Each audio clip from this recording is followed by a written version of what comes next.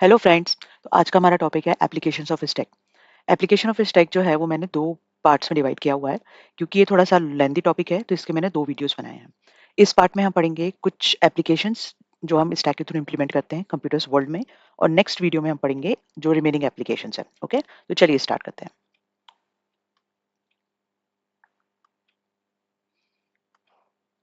Now see, this is actually the applications of stacks. Okay, पहला हमारा जो application है वो क्या है? रिकर्शन।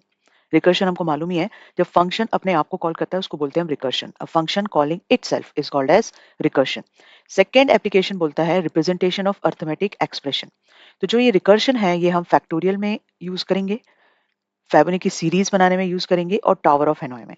डोंट वरी, अभी आपको हो सकता है समझ में ना आ रहा हो। वन बाय वन हम ये तीनों टॉपिक को देखेंगे कि इसमें हम किस तरीके से हमारा स्टैक का यूज करते हैं। Okay, now representation of arithmetic expression क्या होता है? जैसे कि आप कोई भी एक a प्लस बी लिख रहे हैं, सपोज। ओके, आपने लिखा a प्लस बी, तो ये जो a है ये बीच, ये जो प्लस है वो a और b के बीच में है, तो ये इसको बोलते हैं हम इनफिक्स ऑपरेशन। ओके, अगर हम इसको इस तरीके से लिखते हैं तो this is called as prefix operation. And if you are writing like a b plus, this is called as postfix. इतना तो आपको पता ही होगा। ये तीनों एक्सप्रेशंस को, ये तो मैंने बहुत छोटा सा एग्जांपल लिया है। If you have number of variables, number of operators, तो हम उनको किस तरीके से अरेंज करेंगे स्टैक के थ्रू, इसको बोलेंगे हम क्या? Representation of arithmetic expressions. Okay, तो अभी हम सबसे पहले देखेंगे रिकर्शन फैक्टोरियल्स में किस तरीके से यूज होता है। ओके, और स्टैक का हम इसमें कैसे यूज कर सकते हैं। देखिए, अभी आपको राइट साइड बिल्कुल भी नहीं देखना है, आपको यहाँ बिल्कुल नहीं देखना है। आप सिर्फ अब ये प्रोग्राम देखिए जो 4 लाइन का लिखा हुआ है, line of code. This is a simplest program, simplest function to give you a factorial as a result. Okay, and this is a recursion because ये जो fact नाम का फंक्शन है वो हमने fact के अंदर ही कॉल किया है, तो function calling itself, correct. So this is known as recursion.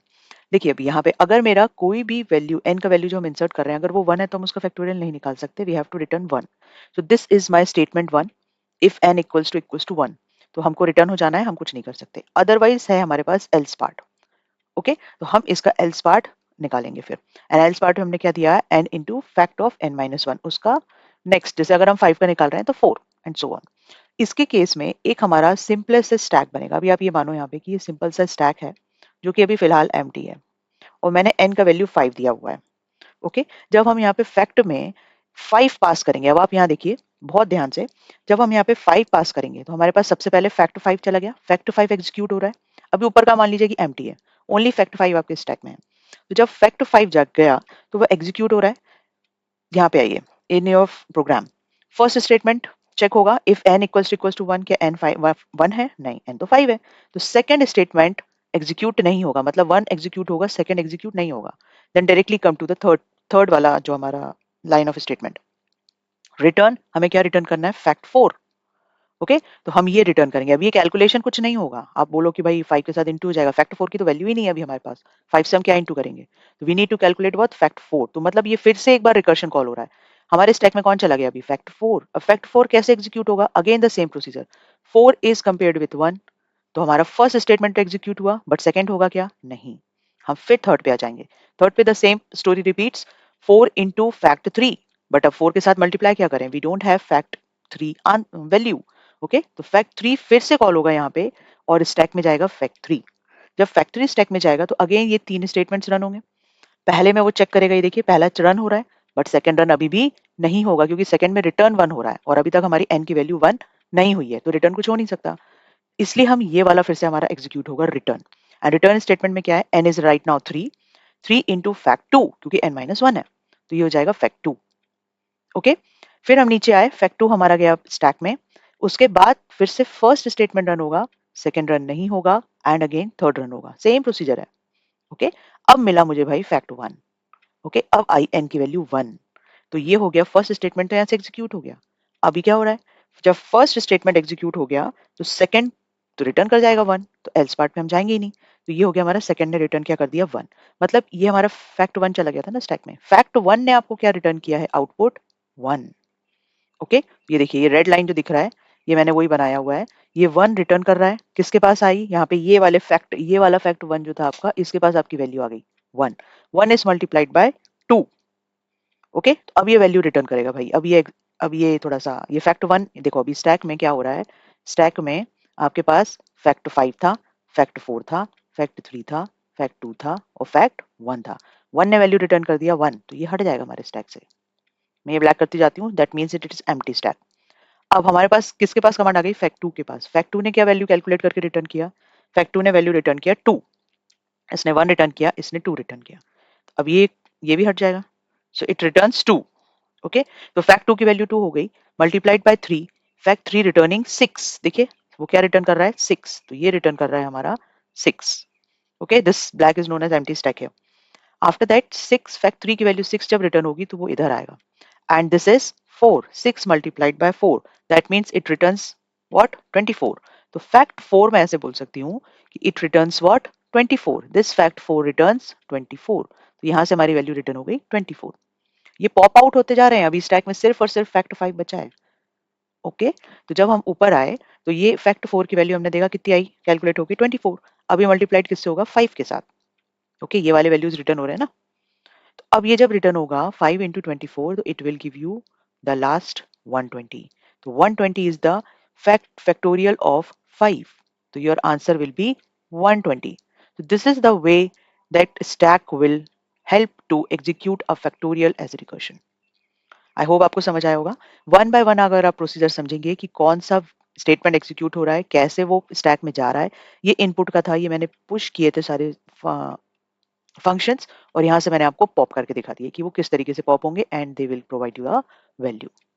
Okay, so this is one of the application of stack, जिसको हम फैक्टोरियल बोलते हैं। चलिए अब नेक्स्ट एप्लीकेशन हम देखते हैं कौन सी थी हमारी। नेक्स्ट, ये फैक्टोरियल हमने पढ़ लिया, नेक्स्ट एप्लीकेशन थी फेबोनिकी सीरीज। बट अब पहले मैं आपको बताना चाहूंगी कि फेबोनिकी सीरीज होती क्या है। ओके, बहुत सारे स्टूडेंट्स होंगे जिनको नहीं पता होगा। फेबोनिकी सीरीज मतलब फर्स्ट टू नंबर्स को प्लस करके हम थर्ड नंबर बनाते हैं। तो 0 और 1 को प्लस, 0 और 1 हमेशा इसका एज ए इनपुट रहेगा और ये आपको आउटपुट देगा प्लस करके। तो 0 और 1 को प्लस करेंगे तो क्या आ जाएगा, 1। ओके, फिर नेक्स्ट टू नंबर्स को प्लस करेंगे, आउटपुट आ जाएगा जो भी उसका एडिशन है। फिर नेक्स्ट टू नंबर्स को हम प्लस करेंगे और उसका आउटपुट आ जाएगा 3। मतलब हमने 1 और 2 को प्लस किया और आउटपुट आ गया 3। अब फिर नेक्स्ट टू नंबर्स को प्लस करेंगे, 2 plus 3 gives you 5, 5 plus 3 gives you 8 and so on. तो ये कहलाता है फेबोनिकी सीरीज। समझ आया आपको? ओके, तो ये देखिए मैंने एग्जांपल लिखा हुआ है, इसको बोलते हैं हम फेबोनिकी सीरीज। अब इसमें हम किस तरीके से स्टैक का यूज करेंगे वो हमको देखना है। ओके, तो इसमें तो बनेगा भाई रिकर्शन ट्री। ओके सॉरी, या इसमें बनेगा हमारा रिकर्शन ट्री। रिकर्शन ट्री सबसे पहले अभी हम कुछ ना देख के आप सिर्फ और सिर्फ प्रोग्राम देखिए। प्रोग्राम में हम क्या बोल रहे हैं, अगर n की वैल्यू स्मॉल या इक्वल टू 1 है, जैसे मान लीजिए मैंने बोला कि भाई 8, आठ आठ आठ पोजीशन तक आप फैक्टर फेबोनिकी सीरीज बनाइए। ओके, तो मैं n तो बढ़ा दिया है 1 से, बट अगर मैंने मान दे दिया -1, तो ये तो छोटा हो गया है ना। तो ये जब छोटा हो गया तो यहाँ पे सपोज हम n की वैल्यू क्या दे रहे हैं, 5। ओके, तो जिस तरीके से अभी हमने फैक्टोरियल में पढ़ा वैसे ही यहाँ पे भी होगा।